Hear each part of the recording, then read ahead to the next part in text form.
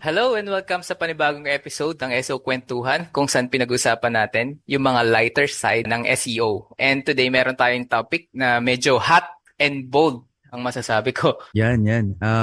Matagal tayong nawala, no? Pero nagbabalik kami Hopefully, ulit. hopefully inaabangan nila tayo.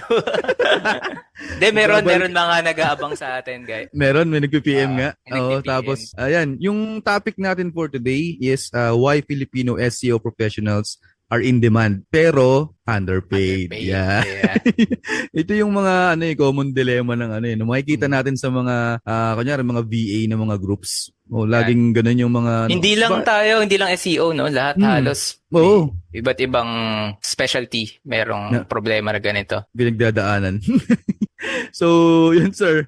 Bakit sa tingin niyo sir nangyayari to? Hindi, first na muna na itanong natin is bakit sa tingin mo Filipinos lagi yung hinahanap ng mga businesses abroad like US, UK or sa Australia, mga ganong lugar. Yun. Okay. Siguro, ang pinaka-basic na sagot dito is, marunong kasi tumingin yung mga business owners sa minimum wage ng bawat country.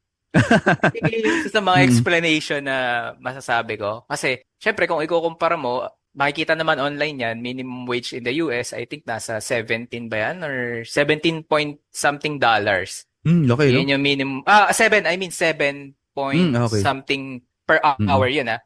Eh Mm. dito, pag sa Philippines, pag kinumpute mo, 645, I think around, ano yan eh, $11 per day na yun. Sambung araw na no. Buong araw na. So, kumbaga dun pa lang, pagka Oo. tinignan mo. Yun And ang ito agad. rin yung mga na-experience ko ah. Kasi, Mm. may mga times na ha-hire ako as SEO manager sa mga iba't ibang agency.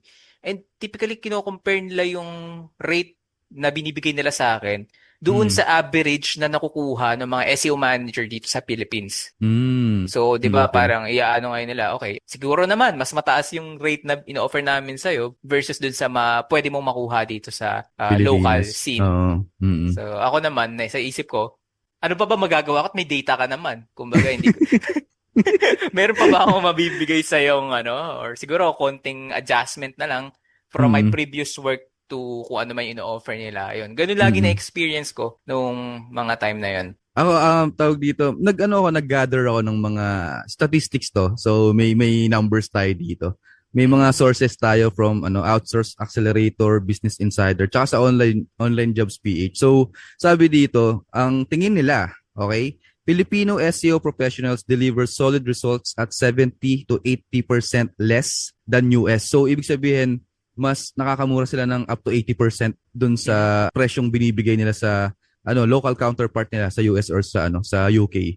So for Mm. example, a Western agency might pay $4,000 a month for a local SEO specialist. So kunyari based sa US. Tapos binabayaran lang tayo dito at around $600 to $1,000 per month. Laki ng tipid, di ba? 'Di ba? Laki laki sobra. Ang highlight dito nakalagay is without sacrificing quality. Ayun. So, 'di ba? Nakikipag head to head tayo dun sa mga sa mga taga US at UK na mga SEOs. Pero super fraction of a price. Tapos may nakalagay din dito, the Philippines ranks number 1 globally for virtual assistant talent. So 13% of all VAs worldwide come from the Philippines. And SEO is one of the top outsourced specialties. So siguro sa online job PH tsaka sa mga kunyari sa Upwork ganyan, yung mga Filipinos mostly na nakukuha is sa SEO. So yun, mas kinukuha yung mga Pilipino na na SEO when it comes to work. Unlike siguro sa ibang like Indian or Pakistani. Hindi ko alam wala akong data dito pero yun yung sabi sa mas kinukuha tayo. Tapos isa pang malaking factor is yung time zone alignment, especially Yun. with Australia. So kung sa Australia say mga 3 1 hour hours yata. 3 hours. 3 hours difference so yun. Mm. Tapos yung cultural compatibility, 'di ba? Kasi siguro yung sa language na rin, hindi yung language barrier, no? Kasi yung mas marami sa ating marunong mag-English. Mm. Kaya mabilis tayo nakikita mo, Sir Gab, madalas sa mga LinkedIn job posting na must be fluent in English, mga ganyan nakalagay. O kaya conversational ba? Tapos minsan pinapag-record pa ng 1 to 2 minutes para lang makita yung siguro yung English speaking ability. Yung parang pina-endorse yung sarili mo ganyan. Siguro yun, isa sa mga bagay na gusto ng mga kano or ng mga European countries is pwede tayo makapag-converse sa kanila in English ng mas Naiintindihan. mas naiintindihan. Kahit na barok din ako mag-English eh. Thank you, ChatGPT. Sponsored by. Anyway, yun yung mga statistics. Anyway, moving on sa next question natin. Ano yung mga unique na strengths ng Filipino SEO freelancers or specialists na hinahanap ng foreign clients? Yan. Specifically kung SEO, ang hinahanap talagang siguro yung pinaka-dedication natin sa work na gusto natin makapagbigay ng result, no? Yun yung number one, yung work ethics nandyan na. Kasi kadalasan, yung mga freelancer na nagsiship sa SEO, nanggaling na yan, most likely nanggaling na yan sa corporate job or may experience na from the past, like work or ano man yung ginagawa nila before. So, nadadala kasi nila yon yung mga nakuha nilang work ethics doon, communication skills, sabi mo nga, nadadala nila pag nasa freelancing na sila. Bukod sa mabilis tayong gumawa, may result, at the same time, madali rin tayong kausap pagdating sa mga strategies, no? Pagdating sa mga explanation. Minsan, nakikita ako sa group namin, talagang about sa life pa yung pinag-uusapan ng client saka nung nung freelancer, no? Kumbaga, nakaka-relate sila sa atin. Madali tayong makaintindi. Totoo. Isa pa yung pagiging resourceful. Minsan, kahit walang binigay na tool, itong client, meron tayo. Hahanapin natin yung mga free, diba? Hahanap tayo ng mga group buy. Kasi parang sa tingin ko dun sa mga ibang lahi, hindi man lahat. Siguro parang wala silang ganong tiyaga na kumuha ng mas murang tool para magawa yan. Pag hindi binigay ng client yung tool, wala tayong magagawa. Siguro ganun sa kanila. May diba? message mo si Sir Gab ngayon. Sir Gab, baka may libre kang dyan, Screaming Frog. Madami nagme-message. Meron daw ba tayong crack? Yan, yung may crack version po ba?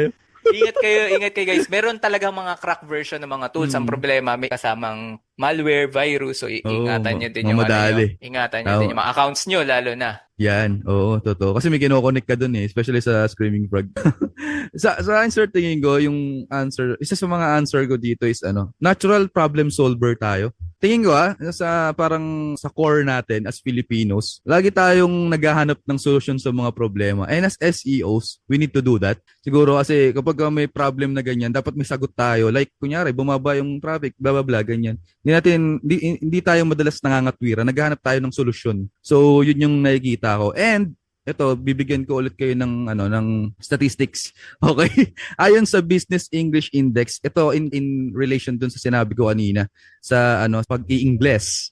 So the Philippines has a 96% literacy rate and English is one of its official language. So Filipinos rank highly in global business English proficiency indexes. So, 'yun, mataas pala yung natin sa pagdating sa English. Kaya talagang isa sa mga strength natin yung kasi mahirap mapag-communicate pagka may language barrier, 'di ba? Na present ka agad sa relationship nyo as SEO and then yung sa client natin. May madalagdag ka ba dito, sir? Mayad ko lang isa sa mga natural ability din natin yung Yun nga yung sabi mo kanina, magaling tayo mag-adapt.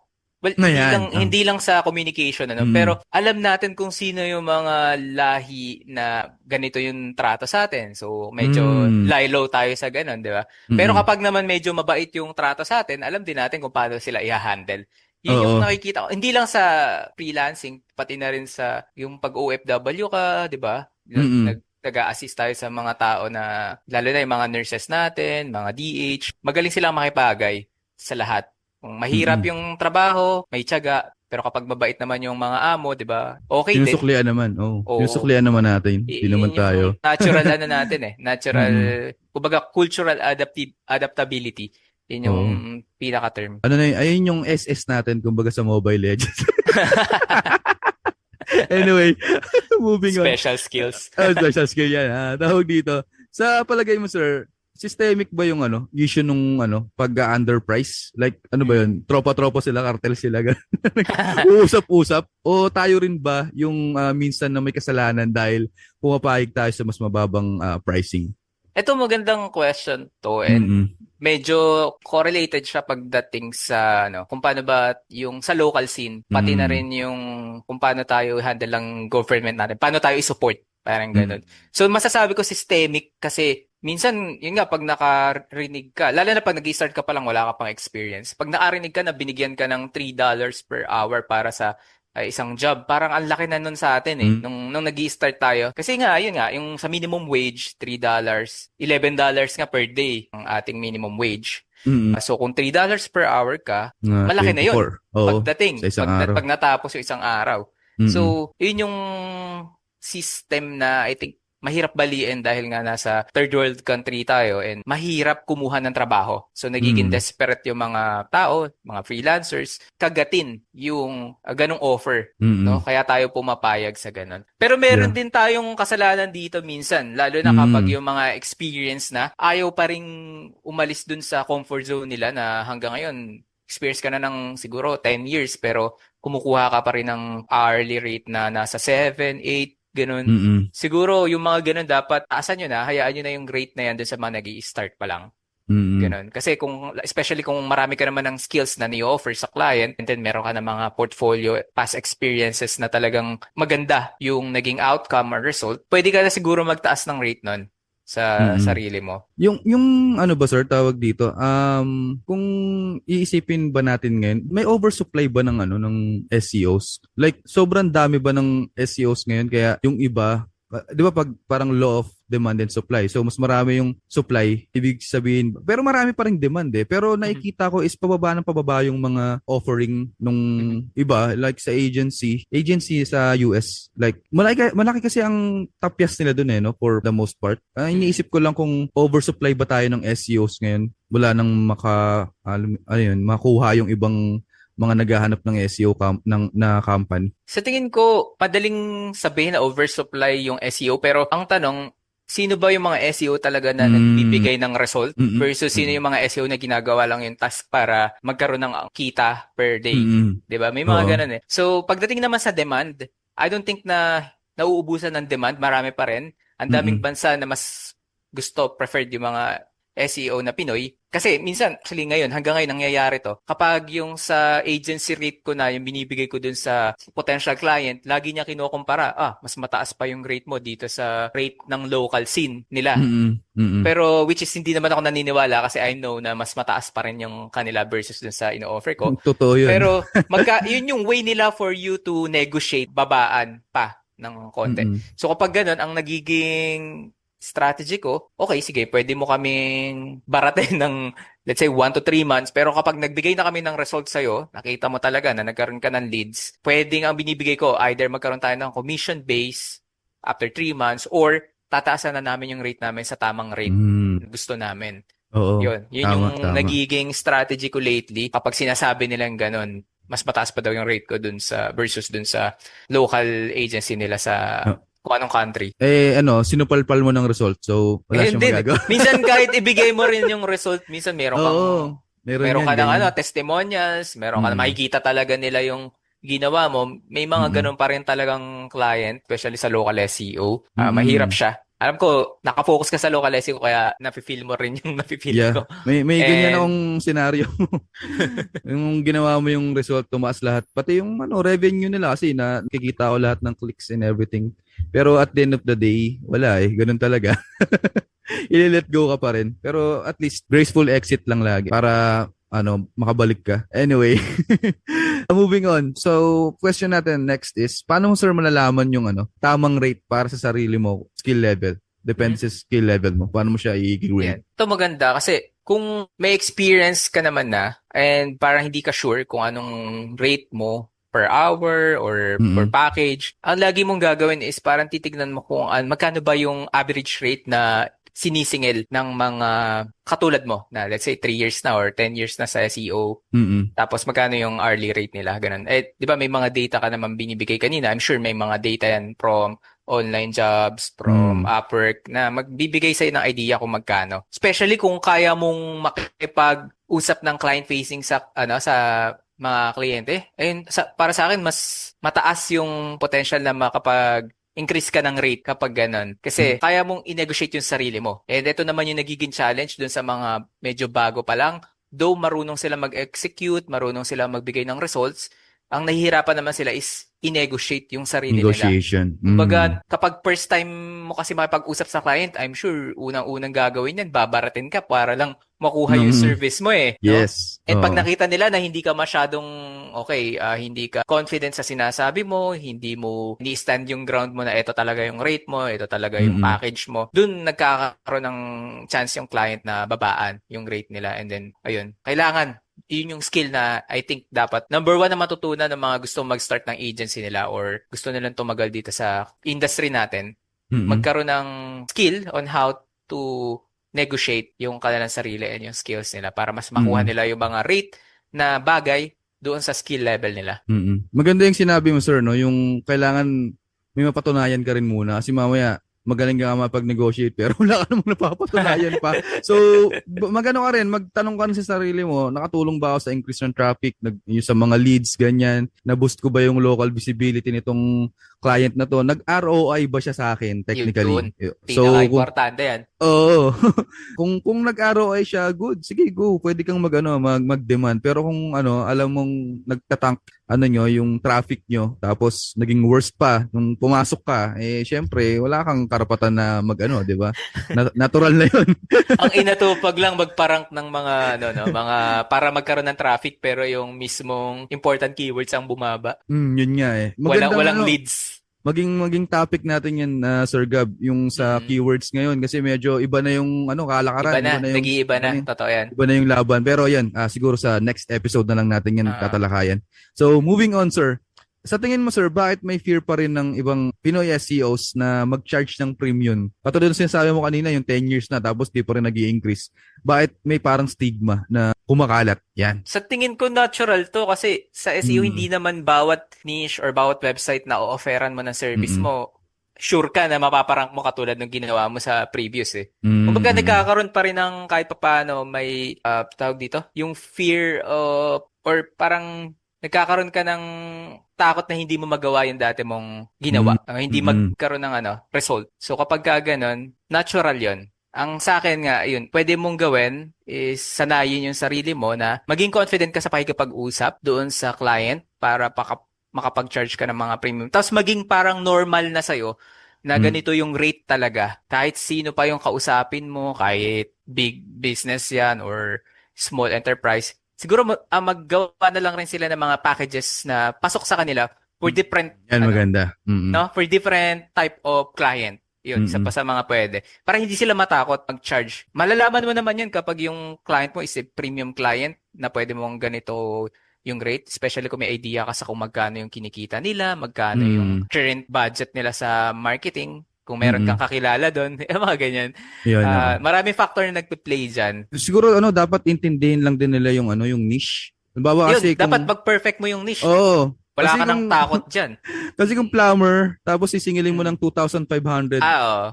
di ba, parang gano'n. Dapat i-ano mo rin siya, i-align mo din yung pricing mo sa hinahanap mong client. Like kung personal injury attorney or yun, lawyer, yun, pwede ka mag-charge ng mga 2,500 siguro kasi medyo, isang kliyente lang napapasok sa kanila doon sa magagawa mo, di ba? Paldo-paldo na sila kaagad eh. Pero pagka kunyari, yun nga, plumber lang sila, o kaya nag-aayos, kunyari, brake repair, ganyan, automotive shop lang, hindi ka makakapag-charge ng ganun. So, kailangan mo rin aralin yung industry rin siguro na, na pinapasok mo. Tapos, isa rin sa nakikita ko, sir, natatakot silang mag-charge ng premium kasi baka matakot or hindi sila kunin nung kausap nila during Oo nga. discovery call. Kasi iniisip So, natin pagka ganyan discovery call, 3 kayo or 5 kayo nag-o-offer sa kanya no? oh, yun. So yun na. Nakakalimutan na nila na yung premium client, naghahanap yun ng expertise, hindi ng cheap labor. 'Di ba? Kasi kung tinamaan na sila dati ng low quality SEO, so naghahanap sila ngayon ng kasi ayun nga yung sa discovery call pa lang nandun di ba parang sabi nga ng Axe, first impression last. So doon pa lang sa discovery call, papakita mo na agad na authority ka dun sa sa discipline mo, which is SEO. Tapos para makapag-charge ka talaga. Kasi kung yun nga yung sabi mo, sir, kung lalamya-lamya ka makipag-usap, nahihiya ka, ganyan, nauutal-utal ka pa habang nagsasalita ka. So yun nga, delivery mo pa rin yung magdadala sa'yo. Paano mo ibibigay yung pricing mo. Yun, isa sa mga bagay na dapat yung aralin ng maigi is how Yeah. to deliver yourself and negotiate din. Wag nilang hayaan na mangibabaw yung imposter syndrome kahit na Hmm. normal yun, pero yun nga kapag bigay ka na kasi talaga ng value sa umpisa pa lang, nung discovery call, yun, dun Mm-mm. sila matutuwa kasi alam mo yung stuff mo eh. Oo. Kaya mong i-manipulate or kaya mong gawin kung ano Mm-mm. man yung problem na experience ng client. And Mm-mm. then, pagtitiwalaan ka nila kapag ganun ka. May ano lang ako, may gusto lang akong bas bigyan pa ng mas malalim na context yung about sa imposter syndrome. Mabilis na mabilis lang. Okay. Gusto ko lang sabihin dun sa mga nakikinig sa atin na when you are experiencing imposter syndrome, isipin nyo lagi, ginagawa nyo ba yung pagiging SEO? So, nagki-keyword research ba kayo? Nagsusulat ba kayo ng content? Ganyan. Nagbi-build ba kayo ng links? Ganyan. Yung iba kasi iniisip na imposter syndrome kung na SEO ba talaga sila. Kasi hindi nila ginagawa siguro yung mga bagay na dapat na ginagawa ng SEO. So, if ginagawa nyo naman yung mga bagay na ginagawa ng SEO, hindi kayo impostor. Right. Okay? SEO kayo. Okay? Mhm. Kasi parang hindi kayo panghinaan ng loob na tama pa ba tong landas na tinatahak ko? Mga ganun. So, huwag kayong mapapanghinaan ng loob. Kasi ako kami, si Sir Gab, nagdaan din kami dyan. Tama pa ba tong mga ginagawa natin, yung mga desisyon natin sa buhay na SEO ba talaga ako? Kasi minsan nagtatank yung traffic ng dahil may algorithm update, etc. Pero at the end of the day, SEO kayo pag ginagawa nyo yung trabaho nyo as SEO. Okay? Mhm. Walang That's mm, that's the reason din kasi kung bakit tayo may mga groups, kung bakit tayo yan. nagbibigay ng mga courses, bakit tayo nagkakandak ng mga webinars and ganito, bakit Mm, tayo merong podcast mm, is to make sure na mawala sa isipan nila yon mm. and bigay din sa kanila kahit papaano yung demo na kailangan nilang ma-experience Oo. na hindi Mm. pa nila na-experience. So, pagka na-experience na nila ngayon, okay, paano ba mag-track ng events sa Google Analytics?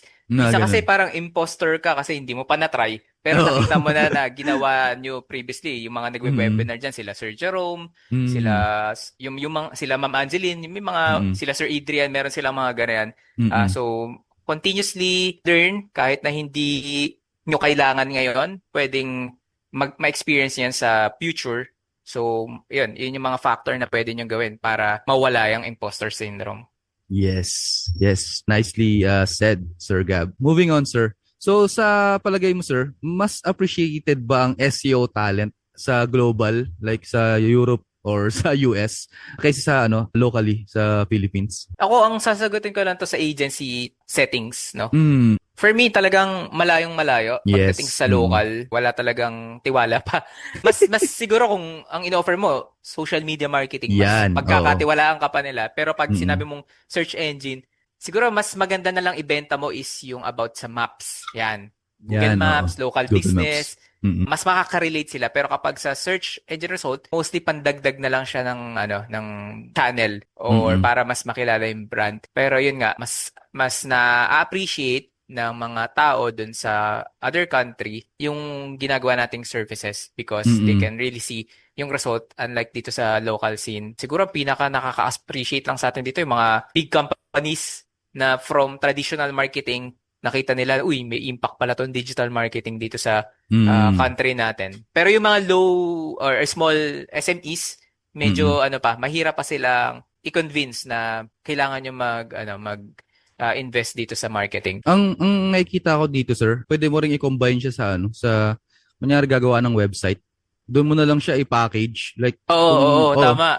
oo, Yan, yan. kasi, Good yan.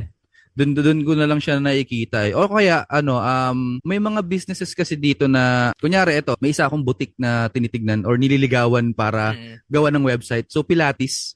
So, di naman Oh. di naman, yung mga Pilipino, di naman, ako nga, di ko alam yung Pilates eh. So, ang tingin ko, yung may mga market share na pang foreign, like, maghahanap sila ng ganun dito sa Philippines, like sa mga BGC, ganyan. Ayun, baka naiisip ko, pwede silang, ma-influensyahan ng SEO kasi yung mga foreigners, mostly pa rin yan naghahanap sa, sa Google. Google. So, nagse-search pa rin sila sa ganun eh. So, yun, baka mga special kind of small businesses na pwede mong targetin din. Pero yun nga, pwede mo siyang gamitin for, yun nga, package for creating website. So, yan. Speaking of that, kasi may mga nakuha rin ako mga organic leads and sometimes they really look to the whole package na pagdating sa digital marketing. So, they want yung meron ka ng offer na web design, web development, plus social media marketing, Yan. Google Ads. Oo. Gusto nila yung isang ganun eh pag dito sa Oo. Philippines. So pag ganun ka, I think may market na pwede ka makuha. Yun nga lang, Mm. kung ikukumpara mo kasi yung presyo, whole package versus dun sa Sa paisa-isa mo isa. Oo. gagawin, baka parehas lang or baka mas mababa pa. Kaya So, nga. ayun lang. Ayun yung mga kung bakit mo masasabi na hindi pa talaga appreciated dito yung digital marketing no Mm. sa Gusto, local. gusto nila buffet, no? Oo. Ganun lagi yung gusto eh. Tapos Anyway. papayag lang yan, tama ka kapag may web design, pag may social Mm. media. Tapos kapag nagpapasok ka na ng leads, yun, dun Yan. talaga, Sige, dagdagan na natin. doon nila Oo. masasabi, oy, okay, working pala talaga. Mm. Eto sir, magandang question to sir. Anong pwede natin gawin bilang community para itaas ang tingin sa SEO work dito sa Pilipinas? Mabigat na Ay. tanong to. Well, ako, ang naging, ano ko lang naman, naging inspiration ko kung bakit tayo gumagawa ng mga community sari-sarili is talaga kay Miss Angeline. Dahil sa Mm-mm. kanya ko narinig yung gusto niyang itaas yung, aspect ng SEO dito, especially kapag freelancer ka. Meron pang ibang mga freelance group like yung Tribe. Sila rin yung mga nagtuturo sa mga freelancer na okay, kailangan nating i-value yung skills mabibigay natin sa client pati sa services natin. Mm-mm. Isakto natin doon na wag natin tignan, hindi porket Pilipino tayo versus the other country, kailangan mas mababa yung rate natin. So, kumbaga itatapat natin sa kanila kung magkano ba yung kaya nating ibigay or yung value na kaya nating ibigay doon sa client versus sa other country, Mm-mm. no, na counterpart mo. So, Yan. ayun, sa community natin, ganun din. Bukod sa rate na binibigyan natin sila ng idea, syempre binibigyan din natin sila ng additional skills para mas ma-improve pa nila yung craft nila and Mm-mm. makapagbigay talaga sila ng results na gusto ng mga clients at hindi mababawasan yung tiwala ng mga foreign clients Mm-mm. dito sa ginagawa natin dito. Yes. Yung ginagawa nga lang natin to, sir, we're building a culture of sharing by means of podcast. Malaking bagay na to kasi nire-real talk natin sila. So, halimbawa, may mga times na dapat tawag dito, hindi na dapat gawin yung isang bagay or may pinopoint out tayo na mali dun sa isang sinasabi ng ganito. Hindi natin ginagawa yun para mag-chismis or what, pero para maitama yung mga mali. And then, binobroadcast natin sa kanila para din na nila pamarisan. 'Di ba? Kasi tayo rin naman as a community dito sa Philippines, mga SEO, tayo rin yung minsan gumagawa ng mga bagay na parang ikapapahamak ng ibang mga SEOs. Like, di na lang sa SEO, kunyari sa freelance na lang. May mga nakikita kasi ako sa mga post sa ibang group ng mga VAs na yung parang niloloko nila yung mga clients nila. Mm. 'Di ba? So, sinong masisira doon, 'di ba? Yung isang ginawa ng tao na yon, maraming maaapektuhan. Bababa yung trust rating natin sa iba. Like kung gumawa ka ng kalokohan dito sa isang kliyente na to, kumukuha ka lang ng sahod mo tapos di mo naman talaga ginagawa yung job mo, tapos screenshot ka lang ng kung ano-ano, 'di ba? Para lang maipakita na tumataas yung traffic nyo although hindi naman talaga. Yun, magiging magba-backfire yun sa community na mismo. Kaya nandito tayo, si Sir Gab, si Miss Angeline, sila Sir Glenn, lahat ng mga OGs din na nagga-guide and may culture of sharing eh. Hindi lang yung ikaw Sir Gab, nakikita ko rin nag-share ka rin ng yung mga case studies mo, yung mga results mo. Also, kung alam mo yun, hindi lang yung share na basta share lang, may parang dine-decipher mo pa kung paano siya ginawa, 'di ba? At least doon magkakaroon ng idea yung mga hindi man siya masterclass but at least magkakaroon sila ng idea kung paano gawin ng mas paano mag-start, paano gawin yung isang bagay. Tsaka sa mga experience natin, 'di ba? Yun lang siguro yung pinaka malakas na factor ng community natin is yung culture of sharing. Hindi tayo nagsasawa mag-share kahit na na yung isipin ng iba na mas magaling pa sa atin na SEOs, 'di ba? Nagsasalita tayong dalawa dito pero alam natin may mas magaling pa sa atin. Pero kiber, 'di ba? At least mai-share natin Deadma sa bashers. Oh, deadma. Basta nagkukwentuhan lang tayo dito, 'di ba? So, ayun, yun lang yung napakalaking bagay na. Kasi nung nag-start ako, Sir Gab, walang ganito eh. Wala akong makitang, siguro meron pero hindi pa ganun ka more on business side yung nila. Oo. Hindi siya nakaka-relate sa mga katulad dati nag-start mag-freelance. Tama. So, yun lang. Anyway, moving on. So, last question na tayo, Sir Gab. Kung may chance kayong magturo sa mga newbies, ito marami na nga silang napulot mula dun sa pinakaunang question eh. Pero, ano pa yung mga advice, sir, na mabibigay nyo pagdating sa pricing and value? Sa umpisa, talagang huwag kayong magsasawa at matatakot mag-upskill kasi yan yung magiging ticket nyo para mapataas yung pricing and then yung value na binibigay nyo sa client. Hindi natatapos yun sa isang course lang, kunyari inattendan nyo or isang webinar na mag-charge na agad ng mga siguro $10 per hour tas wala pa kayo Mm-mm. experience. So, pinakamagandang gawin is continue mag-learn, add ng skills, lalo na yung mga bago ngayon, no? Yung mga about sa AI, about sa data analytics. Yan yung pinag-aaralan natin. And Mm-mm. kapag may opportunity, syempre, doon na tayo pwedeng magbigay ng mataas na rate or mag-request ng mataas na rate sa mga clients. Kapag confident na tayo, meron tayong value na maibibigay sa kanila, and then yun nga, makakapag ROI sila kapag kinuha nila yung service natin. Yun naman yung number one target ng marketing. Hindi yung parang gugustuhin lang natin monthly client natin sila pero wala silang nakukuha sa atin. May Mm-mm. mga ganun kasi, may mga ganung agency, may mga ganung SEO na gusto lang monthly kumikita sila. Gusto lang Mm-mm. monthly may pambayad sila sa sa sa Sa car. bills. Oo, So, isa tama. sa mga magpapaangat ng talaga natin, ng value as Filipino freelancer, Filipino SEO, is yung integrity na meron Mm. tayo, Mm. no? Continue lang Totoo. sa skills na pinapakita natin. Huwag nating lolokohin, no, yung mga clients. Katulad nung, hindi ko na babanggitin kung ano lahi ito, pero alam niyo yung pagdating sa pag ito yung lahi na pinag-uusapan, para bang medyo scam, ganun, medyo Mm. spammy. May mga ganun, di Mm. ba? Huwag na natin banggitin, pero Oo. sa atin ganun, hindi naman sa pagiging racist pero nangyayari talaga. Every time na may mag-PPM sa yung ganyan, alam mo na kaagad na scam. So wag natin gagawin yan sa mga Pinoy VAs, no? Mm. Talagang lang tayo, focus tayo sa kung ano yung ginagawa natin. Yes. Ako, add na lang siguro ako. Kapag medyo matagal na kayo, like siguro mga 3, 5 years na kayo sa sa larangan ng SEO. Ang thinking ko lang, correct me if I'm wrong, Sir Gaba. Ang thinking ko kasi, ayoko na mag-charge by the hour. Mostly ng mga kinukuha ko na deals ngayon is hindi na ako nag-charge by the hour. Nag-charge ako sa tingin ko na result na kaya kong i-deliver. Like kung magkano talaga yung pricing ko, hindi ko na siya dinadissect in 2 hours. Kung kaya kong ibigay yung results sa'yo ng gantong amount, yun na kagad yung sasabihin ko upfront. Yun, siguro. Correct me if I'm wrong doon, Sir Gaba, pero yun yung nakikita ko. Kasi ang mentality ko is, hindi ako nandito para maging skilled laborer mo. Nandito ako para maging partner sa growth. So, yung ibang clients ko, like 1, 2 years nang nasa akin din, yun yung mentality ko since day one na pumasok ako sa kanila. Hindi ako cheap alternative ng isang Western marketer. Ako yung partner mo sa paglago ng business mo. So if that kind of mentality is nasa sayo ngayon, na kunyari may experience ka na nga mga 3 to 5 years na solid work when it comes to SEO, I urge you, i-value nyo yung sarili nyo based dun sa outcome na kaya mong ibigay dun sa present client mo. Baka pero baka ang gawin mo agad tawagan mo agad yung client mo ngayon. Taas ang sahod ko. Pero gawin mo yung strategic, 'di ba? Kung may naipo-prove ka naman sa kanya, so pwede ka naman mag-change na hindi ka na by the hour pero meron ka ng specific na goal or price point na i-offer dun sa mga mo, future clients, and if may mga present client ka na gusto mong taasan yung rate mo, yun. Pwede mo na siyang gawin ngayon. Binibigyan kita ng idea. Pwede mo siyang gawin ngayon. Well, ako Tapos actually ako medyo nagigilty nga ako sa sinabi bakit? mo.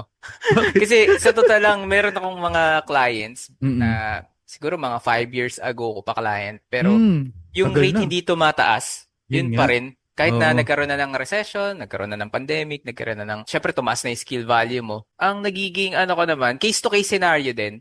Oo. Kapag yung client na to is magaling, siya, maayos siyang kausap, mabait, and Mm. nire-refer ka niya sa iba't ibang businesses na Yan. Oh, kilala yan niya. na. Ayan naman. Dun, Oo. parang ako naman, ang ko sa kanya, give back ko na lang sa kanya, okay, hindi ko natataasan yung rate for you. Continuously, magbibigay kami ng effort, aayusin namin. Ang Mm. naging solution ko sa ganun, natuto ako mag-outsource.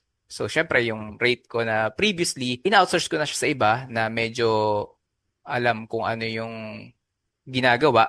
Mm. Pero nagpo-focus ako dun sa work na alam kong ka-level talaga ng rate na gusto ko. Ayun. So, Tama, tama. pwede rin nilang gawin yon. Kasi Mm. sometimes yung building rapport, building relationship with your client, hindi lang yun basta rate, hindi lang yun basta packages, pricing. Meron din yun sa sa nakikita mo na binibigay nilang value sa business. Nagkakaroon kayo ng win-win situation or pares kayong umuunlad yung bawat negosyo nyo nang Mm-mm. dahil nagkakilala kayo or something. Nice, So, yun. nice.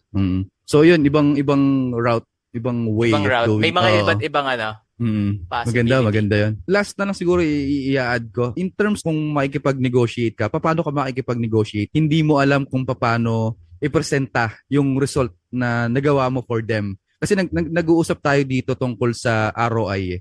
So, siguro dapat nilang matutunan kung paano mag-track ng result gamit siguro Mm. GSC or mga Looker or kung ano man yung gamit nyo na pang tracking. And then, matuto Backup kayo nila kung yun. Oo, matuto kayo kung paano i-report 'yun. So limbawa Yun. tumaas yung traffic ganyan. Ang ano nun, ang at the end of the day, dapat mai-translate mo 'yun sa what's in it for me dun Mm. sa kliyente mo. So tumaas ng 28%, ng 30% yung traffic. Anong nangyari? Ano 'yan para sa akin, 'di ba? So ayun, ano mo 'yun, i-translate mo 'yun sa kanila kasi 'yun yung kaibahan ng $3 per hour na SEO DA sa kunyari strategic partner ka na $2,000 per month. Ganun yung kaibahan niya kasi dapat yung mga matataas yung value na SEOs alam kung paano i-translate yung achievements na gagawa niya for the website, for the business dun sa ROI. So follow the money. Yun lagi yung way mo of communicating. Nakapagbigay ka ba ng value?